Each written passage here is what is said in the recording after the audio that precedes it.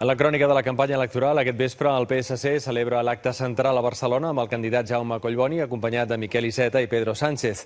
La informació que els oferim a continuació s'ha elaborat amb un còmput de temps en funció dels resultats de les últimes eleccions, segons els criteris marcats pel Consell de Govern de la Corporació Catalana de Mitjans Audiovisuals en aplicació de la llei electoral. Els professionals no estem d'acord que s'apliqui un criteri que no sigui el d'interès informatiu i fem vaga de firmes per defensar el dret dels ciutadans a una informació feta amb criteri periodístic.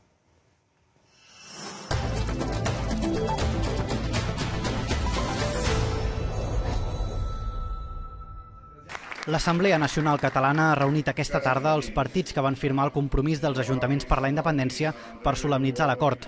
Convergència, Esquerra, Millor Barcelona i la CUP han explicat les seves propostes per la ciutat i el país en la vista posada a les eleccions del 27 de setembre. Ha estat el primer acte oficial del nou president de l'ANC, Jordi Sánchez.